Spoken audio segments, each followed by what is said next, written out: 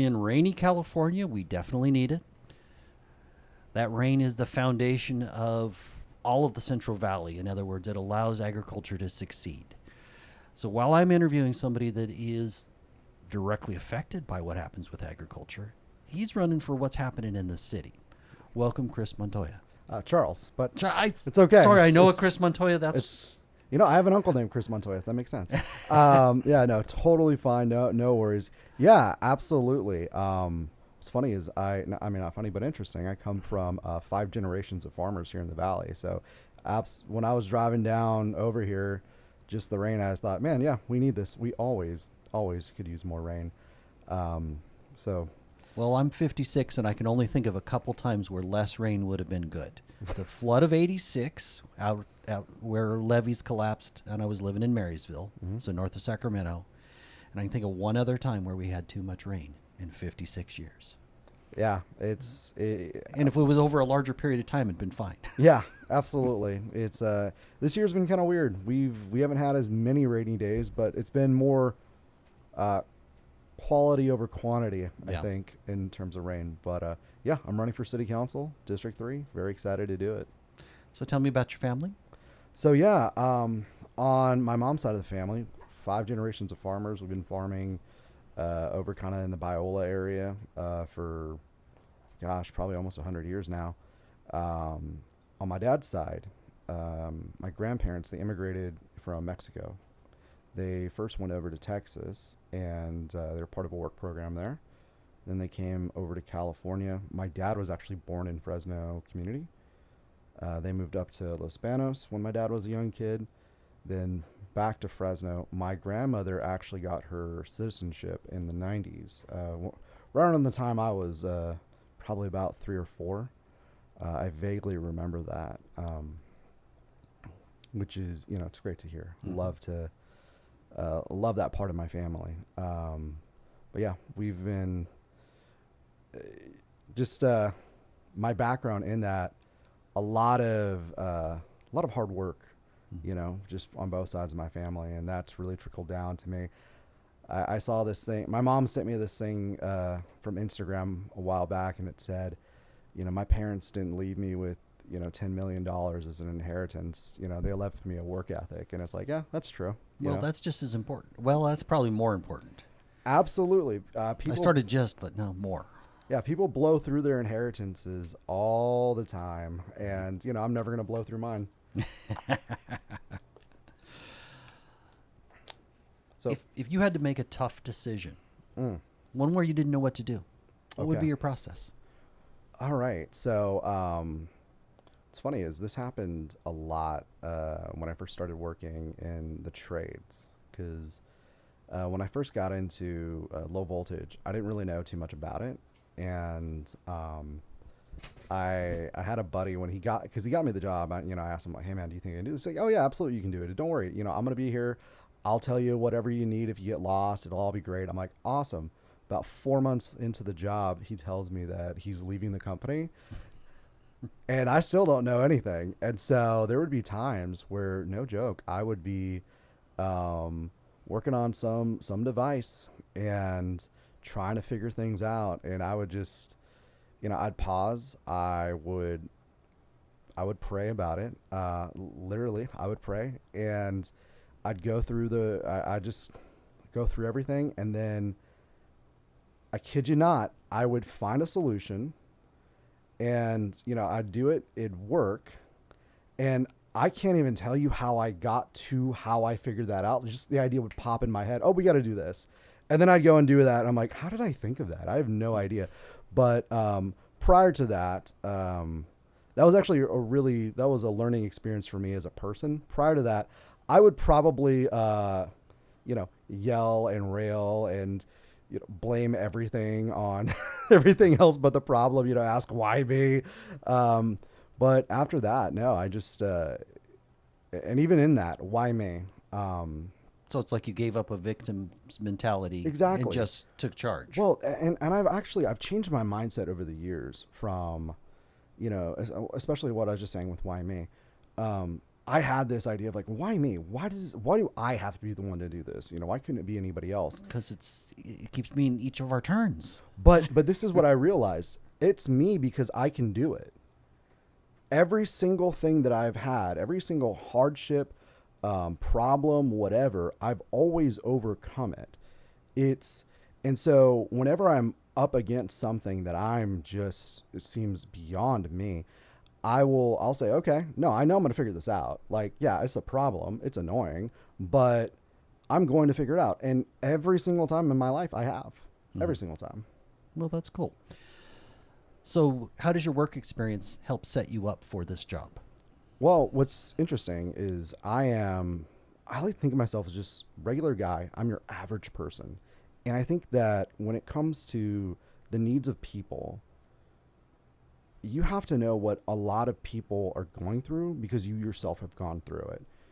If you're somebody who's been in the political system for so long, you're making a lot of money, there's a little bit of a detachment. When gas prices go up, it's like, yeah, that's inconvenient. I got to pay an extra $40 a month. That really sucks.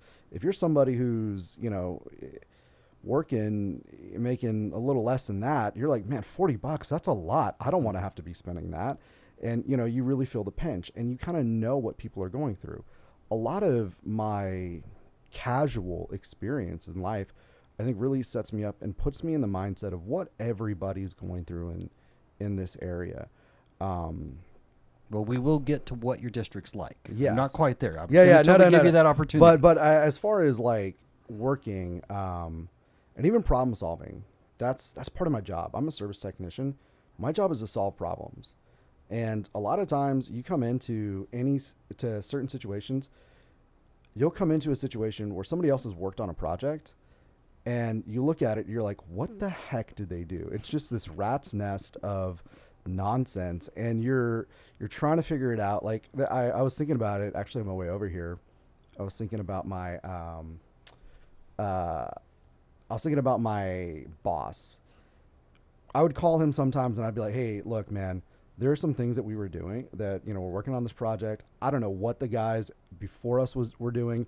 And, he would just say, these freaking guys, I'm like, yeah, man, these guys, I don't know what they were doing, but they jerry-rigged the heck out of this thing. And he'd be like, yeah, all right, well, let's get it working right. And it actually has also set me up on this mentality that I have of setting up the next person for success.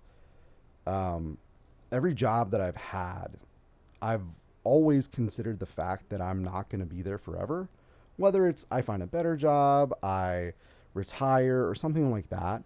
That is my, it's kind of like my go-to. And I think that that's really how it should be in politics, in that you're not going to be here forever. At least you shouldn't be.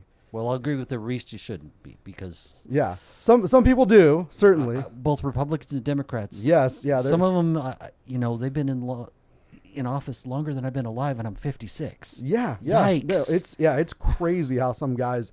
And I think that there's a time for everything. People should retire. You hit a point where it's like we're done telling the story. We were talking about pop culture before this. In recent years, there have been a lot of revivals of movies and things like that. And, we're excited to hear the next story. But I think there reaches a point where it's like, maybe we should just be done telling that story. Let's just enjoy the good story we had before it goes bad. It's kind of like... but there's money involved, and that's a large part of why that story keeps getting told. I know. And Same thing with people continuing to run. Exactly. And it's also the, like professional athletes. You'll have a quarterback who's just awesome and, sets all kinds of records, phenomenal to watch. And then they start they'll hit a wall, and once they hit like a certain age between, I want to say 35 and 40, they dry up like an avocado in the sun. It's really bad. And I think that there's some truth to that in everything that you do. There's a season and a time for everything, and you got to know when your time is up. And me personally, I know that at a certain point in time, I have to set up the next guy for success. That's how I always do things. I always make sure, and little things that I do with my job. I make sure things are labeled. I make sure things are set up. Because the last thing that I want is for somebody to come up after me and go, "What the heck was this guy doing? This freaking guy?" Like I want to prevent that from happening. Well, you're already working to replace, and hopefully, Yes. I wish you luck in your election. Yeah. But you're replacing a guy that, I don't have anything positive to say about Miguel. He sees race first and always. He is truly a talented narcissist.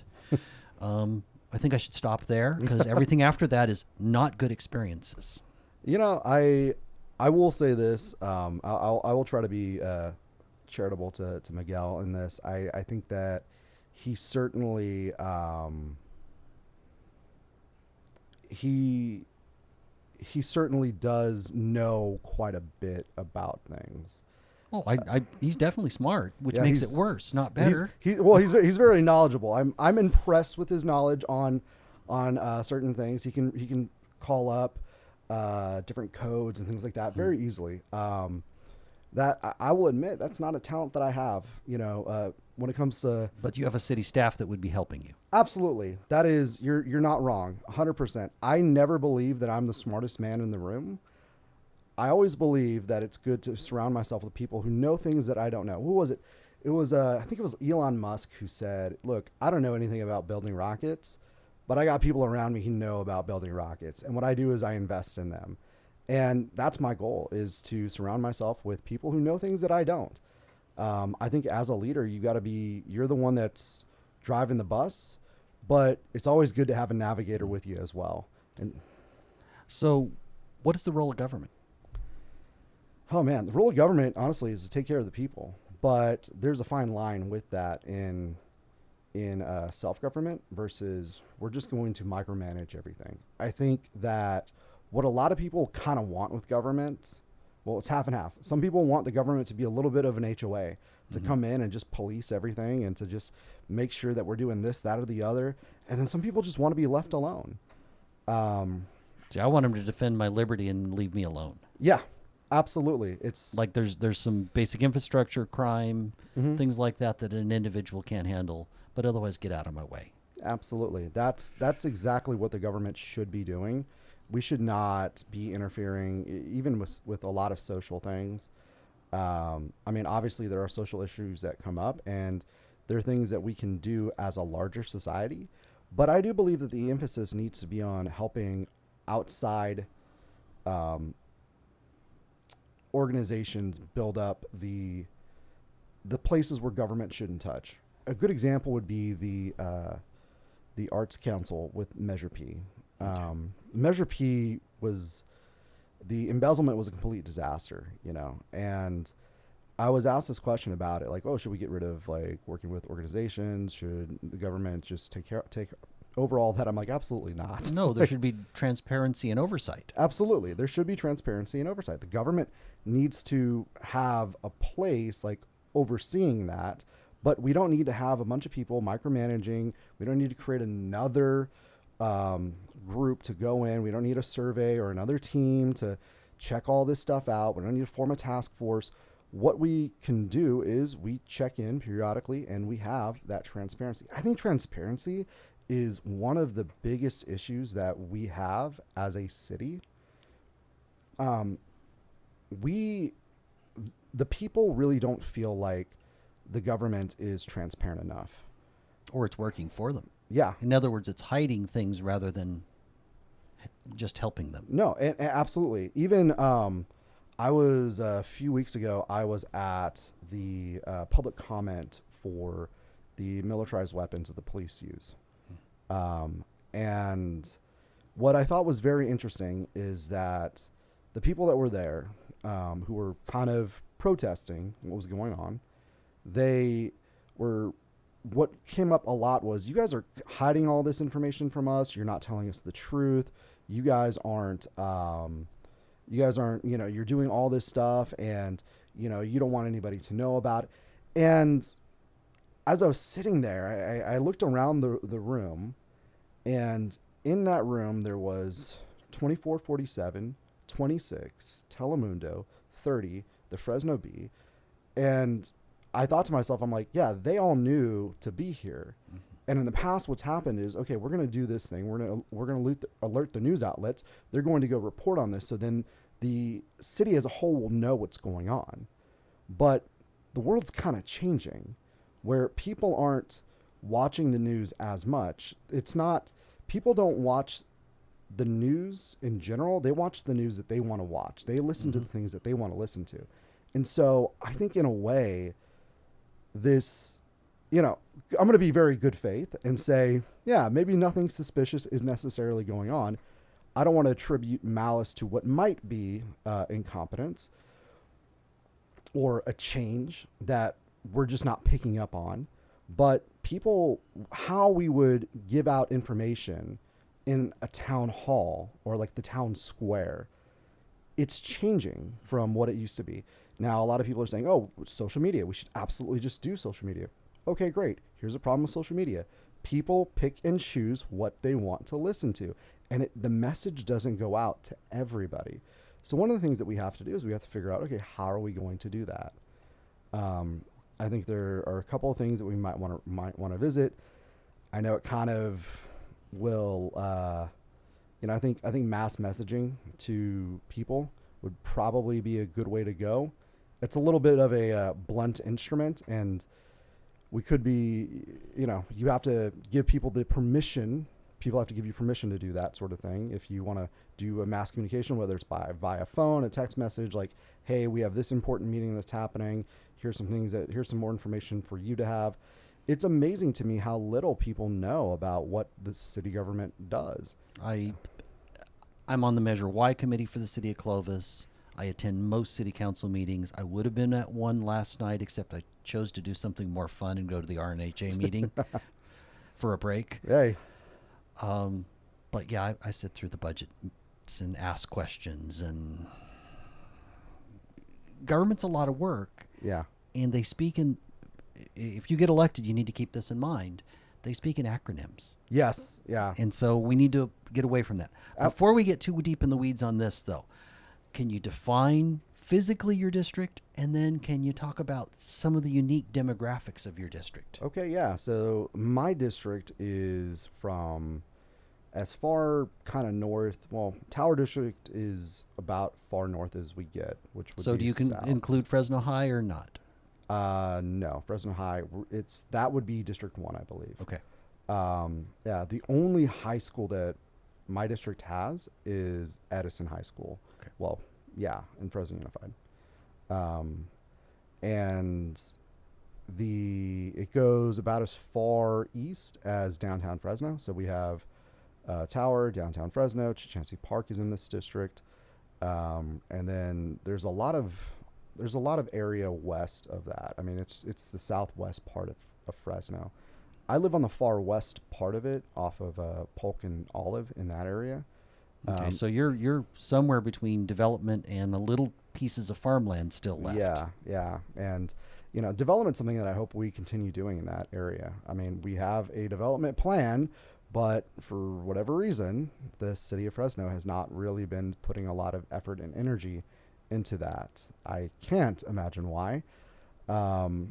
But that's one thing that I definitely want to get us back on track with, is developing that area. I think that we can definitely, that area definitely needs more commercialization. We have a lot of homes. There have been some homeowners I've talked to in the recent months, and they're just like, yeah, housing is great, but if we get more housing, that could also put a bump in crime, which we don't have a whole lot of police presence where I live. Well, and aren't there also quite a few county islands out that way? Oh yeah, Okay. a lot of county islands. So you've got, even though there's an agreement between the sheriff's department and the Fresno Police Department, you often have gaps when that happens. Yeah, and it's up to us to fill the gaps, and that's one of the things that people really want us to do, is fill the gaps, make sure that we are that we're giving people what they need. And I mean, safety is one of the big things that this district needs to have. I mean, downtown, the west side of Fresno, ever since I've been alive, that's always been a talking point of, we got to make sure that it's much, much safer than it should be. Well, Than it is. perception, regardless of the reality, the perception is there's lots of downtown that doesn't feel safe. Yes. Even though statistics are not near as bad as you'd perceive, largely because of the homeless, because there's petty crime, there's trash everywhere, and a lot of them are crazy and on drugs, so they intimidate people. Yeah, it's funny that you mentioned that, the perception. That's one of the things that I feel like we have to change with downtown Fresno. I was at a forum last week, and one of the questions was about high-speed rail, or as you had alluded to earlier, what people had said, HSR. Once again, government people love to use their acronyms, don't they? Yes, they do. And, everyone's like, oh man, HSR, high speed rail is going to come in. It's going to change everything for Fresno. We're going to have a downtown people. It's going to be great.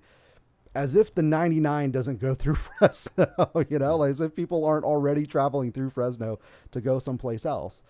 Well, that waste of money has benefited Fresno because we've had construction and Yes. some overpasses and underpasses and things like that are helpful. Yeah. But I overall see it as a horrible waste of money. It is. I mean, it's, I think that's one of those things where it's kind of like, it's turned into a bad situation overall for Californians, but as a city, we have to make the most of that and use it to our local advantage.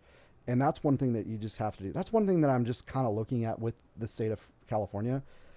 I think that the state of California, the legislator, all of those guys, they're going to do some silly things, and they're going to make things more difficult on Californians as a whole. Regulations are not just going to individuals, they're going to cities. Yes. Telling cities how they have to conduct business. Absolutely. And that's something that we have to fight against. We have to, try to prevent. And if there are things that get in the way, well, we have to work around them, and we have to find, it's the thing of getting as close as a line as you can without crossing it. I'm a firm believer. It's like, okay, we're going to do everything. Okay. You're going to hamstring me. All right. I'm going to do everything else I can to get this thing done in a legal way, in a moral way. But we have to get things done for our people. And you're right. The state of California does hamstring cities quite a bit. In fact, last night, one of the questions was about putting in bike lanes all throughout the city. The reason why the city's doing that is because the state of California has made it where if you're building housing, there has to be transportation that can get to them. That's either bike lanes, a light rail, or a subway system. And if you think and buses. Yeah, and buses. But those three are like the big ones. And if you look at the cities that really benefit the most from that, are cities that have that already, like San Francisco and LA. They already have a lot of those systems in place. So of course they're going to. But they also have a population density. This whole city was set up. The city of San Francisco and the county of San Francisco are exactly the same thing. And probably close to 10 of those would fit in Fresno County. Yeah. I mean, but they were set up for that because they're much more dense. Yeah. Fresno is much, much wider, and it's probably going to get, it definitely is going to get wider once CETA goes through, which it is going to go through at some point. I mean, the city is going to expand. I mean, you look at what's happening with Tesoro Viejo.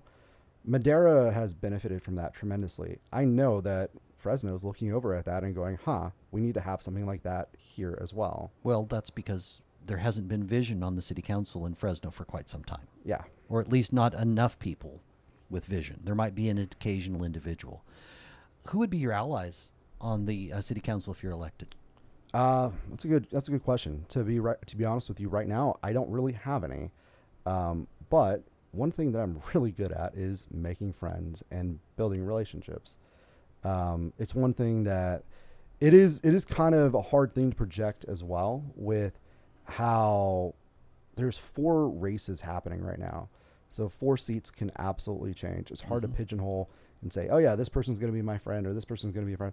In fact, Mike Carbasi, his seat isn't up, but he's running for a supervisor spot. If he wins that, that's another seat that's going to be open, and we could see a changeover. And he's likely to make it at least through the primary. Yes. Yeah. I think there's 5 people running in that. Yeah. So There's two with name recognition, so yeah, I mean he's one of the two. yeah, there's going to be changeover. And so to just kind of say, oh yeah, this is going to be my, whoa, okay, well maybe not, you know? And so for me, it's like, okay, well, we're going to make friends. We're going to build relationships. There was at the last city council meeting, there was a comment made by a guy named Bruce Kinnebrew. And he'd said this. He goes, you know, it's part of politics. Is you make friends, you build relationships, all throughout your career, and you're gonna have friends. That's part of the gig, and you know that's one thing that I want to do. And if you stand for something, you're going to have enemies too. You know, it's so funny. And doesn't even matter where you stand. If you stand for something, if you're principled, right? yes, Absolutely. It's when I first started running this, I was building my website, and I was talking to the guy who was building it for me, and he goes, "Do you want to have a contact?" You know, I go, "Yeah, absolutely." He goes, "Okay, we'll get ready for hate mail." And I'm like, "All right, sorry. I grew up in the era of Xbox Live where people could say slurs to you and not get in trouble. Like, I'm going to be fine." There's nothing that anybody can say to me that hasn't already been said to me and my mom. Like, I'm not. But your feelings might get hurt. Oh my gosh. you know, forget my feelings. Let's go ahead and go back to homelessness, because Yes. in downtown Fresno and in the Tower District, and both of those are potentially really powerful, dynamic economic hubs, I think the Towers District has chosen to hamstring itself by embracing homelessness rather than trying to clean it up. You walk it's a relatively little short strip on Olive. Yeah. There's all kinds of businesses. And as you walk by, you're going to pass not just one or five, but dozens of homeless people if you go from one end to the other. And I realize they got to go somewhere, and we got to have compassion for them. But at the same time, there's going to come there's got to be a balance. You can't destroy the economic opportunities at the same time. So it is a situation where the needs of the many outweigh the needs of the few. And, you know, right now it's really because we're in the genesis of compassion and being kind to people and all of these things. At a certain point in time, rubber's going to meet the road, and it's going to be an ultimatum will happen, whether it's in the 8 years that I'm possibly going to be in city council or after, where it's going to come down to, hey, you guys are going to have to make a choice. Either you get better or things are going to get a lot worse for people that are unhoused. We're already seeing it happening in different parts of the country. There have been some cities that are having ordinances where they are people don't have a choice. Either you go to a treatment center or you go to jail. And right now, they're given the choice. Right. And most of them choose to, or shouldn't say most. You have short-term homeless that need a hand up. Yes. And you have long-term homeless that almost always have mental health and drug addiction issues. And to pay for that, they do petty crime. Yes. Yeah. There certainly is that aspect to it. And there's going to come a point in time where that will either the city will suffer because they're holding on to people that don't want to change, or there's going to come a point in time where it's like, okay, you're going to have to. And that could either... So if you had the magic wand, what do you do?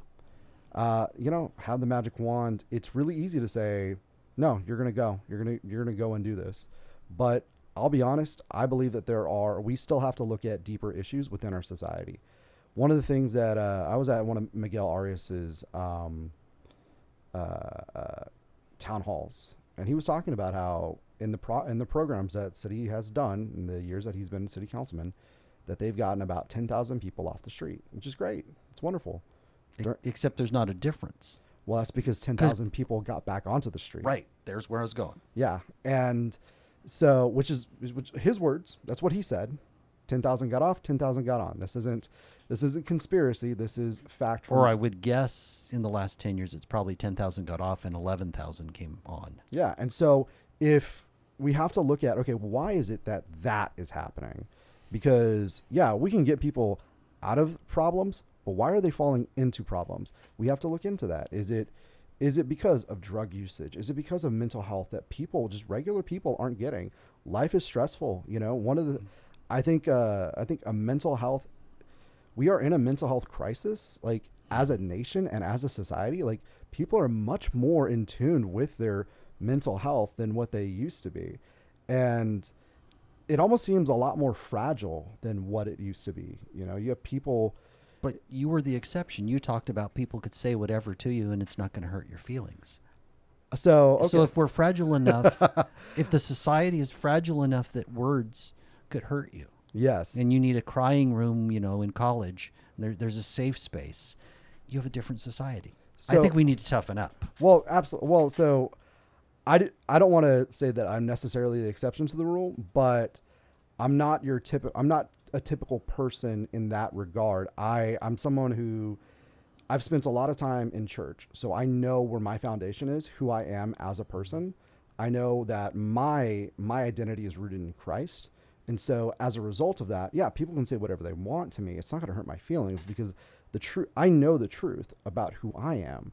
And I've already found that for a lot of people in society as a whole, they're told that they're one thing or the other. You're this kind of a person. Your labels are placed on people all throughout, especially when they're young.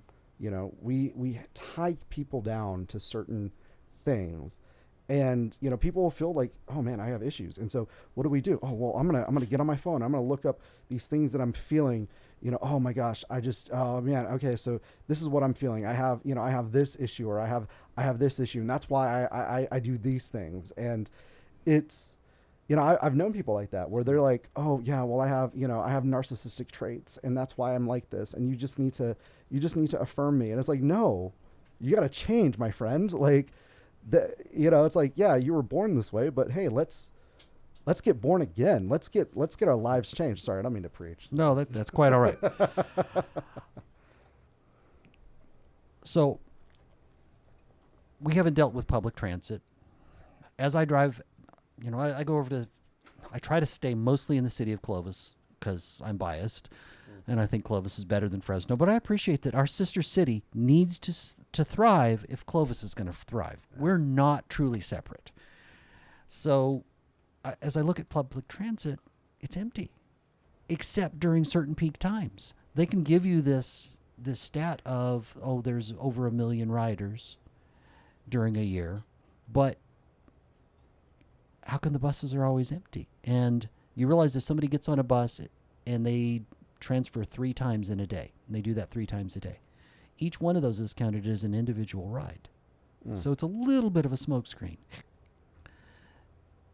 Do you think the city of Fresno needs the same transit system? I mean, the buses are huge and they're typically empty. Clovis uses small buses. That might be a huge way to save money. Yeah, the Clovis Roundup, right? Yes. Yeah. And our ridership is percentage-wise back above COVID levels, and Fresno's is not. Yeah, no, I think it's definitely something we should look into. I think there are certain things that Clovis does that Fresno as a whole can benefit by just looking into and almost emulating. You mentioned you're a bias to Clovis. I have a much higher bias to Fresno. I like my city a little bit more. Well, you should. Yeah, no, I do. Because otherwise you need to move to Clovis. Yeah, right. But no, absolutely. I think we have to. There was something that was mentioned the other night, and this might trigger some people, but I apologize. Elon Musk, Donald Trump, they did Doge, where we had a Department of Government Efficiency, where we just looked at things and said, okay, how can we be a little bit more efficient? And we do need to look at our buses and the sizes of them and how much they're. I mean, why wouldn't we? If we could scale down, why wouldn't we want to do that? That would benefit both sides. Right, it'd be better on the roads. It'd be better gas mileage. It'd be more less, efficient, less pollution, right? Mm-hmm. I mean, we'd have less. I don't see why we wouldn't want to do that. But I think one of the problems that you run into, and somebody somewhere is probably benefiting from having these larger buses. And that is an obstacle that whoever is sitting in city council, hopefully it's me, is going to have to overcome. Is, hey, look, I know that, this might benefit you, but no, we got to get back to benefiting the American people and Fresnans specifically, because their tax dollars, our tax dollars pay for these buses. One of the things that I hear all the time, we have 500,000 people live in this city. We're the fifth largest city in the state. Our city has a larger population than some states, and we still have a hard time with paying for things. Maybe we should reevaluate what we're spending our money on. Well, you have 2.3, we're going to go with approximate numbers, budget, but you've got a budget deficit of 23 million, something like that, and it may balloon above that. Yeah. For the current year. Mm-hmm. And the reason I say it may balloon is because whoever's doing those statistics doesn't seem to get it right. The last few years, it's ballooned for the city of Fresno. Mm-hmm. Like they've said, it's this amount, and then it's a significantly bigger amount. In other words, if we go back to 2024, they said it was 25, and it ended up being a $50 million deficit. So you got to be smart with your money. Absolutely. And it's one of the things that we have to do. We have to make sure that we're budgeting things accurately. So where would you cut? That's an interesting question. You gotta cutting resources. You have to, the transportation. That's a great one to start at. Places I wouldn't want to cut definitely is policing. I do not want to cut there at all, because it's something that the city does need. We do need to have that. We got to make sure that we take care of our firemen. We got to make sure that we're taking care of emergency services. Well, those non-discretionary funds, emergency services, typically they represent about 80% of your non-discretionary funds. That's where it goes. There's other ways to get money, and there's various pools. As the more you learn government, the more this will turn into a headache. But yeah, no, for sure. So there would be a priority. Yeah, you would protect those. Yeah. Absolutely. Those are things that I would want to make sure that we protect, because when you have deficits, there's only two options that you really have. It's either cutting things or raising taxes. Both are problems for different groups of people. Raising taxes is a problem for everybody. Cutting services is a problem for less people, but it still affects the most vulnerable, the ones that if we're going to be a society that gives a hand up, and I would love for that to happen through the church, through private organizations, but if we're going to give a hand up, obviously it should go to those most disadvantaged. And those are the people that are specific, that are mostly in my district as well. And those are the people that get targeted because they're the least politically active. Absolutely. And so that's one of the things I want to make sure that we still have those, that we are looking to take care of people like that. One of the things that Miguel Arias talked about is, in the coming years, we're going to be losing state funding and federal funding with regards to our homelessness. A large part of your deficit's because you lost funding that had to do with COVID. Yeah. And you used it like it was long-term, so you have to plan better. Yeah, well, that's the thing, right? What did I say at the beginning of this? Planning for the next guy, the guy after me. So I'm down to 3 questions in 6 minutes. Okay, I'm sorry. If No, I'm rambling, it's I all apologize. Good. Why are you the right candidate? Oh, well, that's a great question. It's something I've actually been thinking about quite a bit, because I was walking and I was talking to a guy, and he goes, okay, what do you want to do? And I told him. He goes, okay, so you want to do all of the things everybody else wants to do. Why are you so different? And the truth of the matter is I have nothing to gain by leading. There's a lot of people who get into politics because they want the money, they want the prestige, they want the authority, they want the power. Years ago, I really settled in myself that I have pretty much everything I could ever want in life. The only reason why I'm stepping into this right now is because I see a lot of people hurting. I see on the horizon an uncertain future. California is in a massive deficit. Mm-hmm. It's probably going to get worse. I've been to places like Oakland. I mean, that's a city that's lost 3 professional sports teams, and it is in such a decline. I don't want to see that happen to Fresno. I love this city. I was talking about it the other day. When I'm driving north on 41, I see the Fresno skyline. I'm like, I'm home. This is it. There is, and so for me, I'm not doing this because I want to further a career or anything like that, or even start one. I'm doing this because I want to serve people. That's my first and foremost, and that's why I'm different than everybody else. What success could you bring on day one? Like, there's all these big plans. Oh yeah. Is there some little thing on day one you could get a win for your constituents if you're elected? Day one win. I think me winning is day one win. But one of the things that I definitely want to do day one, like day one walking in, I want to get a scholarship created for kids in my district to work with different organizations like CMAC, so that we can get kids off the out of the streets, out of gangs, things like that, keep them away from that kind of stuff. Day one, I'm willing to put down some money of my own personal money to get kids the scholarships that they need. I'm willing to sponsor 20 kids right off the bat. Well, CMAC's a good organization. Yeah. I've been there, done interviews several times, always been the one interviewed. But yeah. And it's a great way for people to learn this stuff. Mm-hmm. So yeah. Well, it's professional studios, so. Yeah, absolutely. I'd mentioned it the other day that they could learn the TV or the podcast business, depending on how you look at it, with professional equipment, which is kind of cool. Yeah, and they can use that professional equipment as well as part of a membership. It's a great thing. So we're down to a fairly short amount of time. Yes. Why are you hopeful personally, and why are you hopeful for your district? So I'm hopeful that I can win just because I've looked at the numbers in the past few years. Voter turnout is not very good. And I think a lot of people look at that and go, oh yeah, well that's not a good thing. It is if people that are voting for you or people that you want to vote for you don't turn out. The more people you talk to, the more people you reach, the more people that buy into your message, they're going to vote for you. And I believe that the people that hear my message that I speak to, they resonate with what I'm telling them.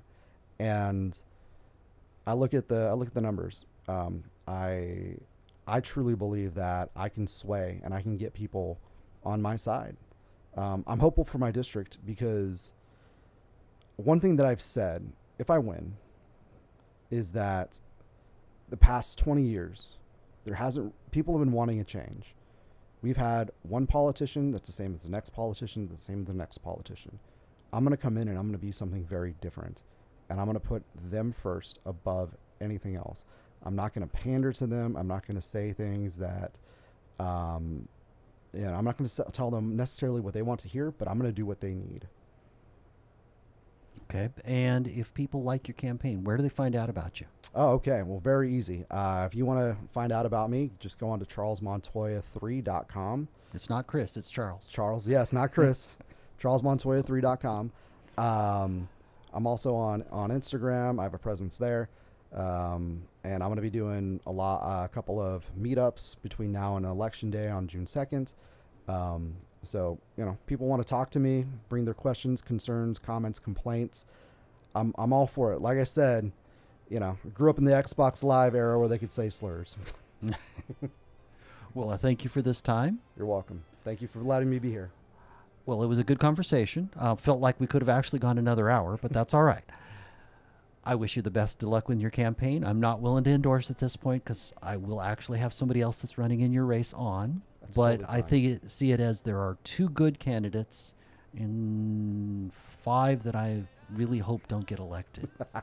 So thank you for this time, Charles. This is Eric Rollins, the Constitutionalist. Folks, get out there and make a difference.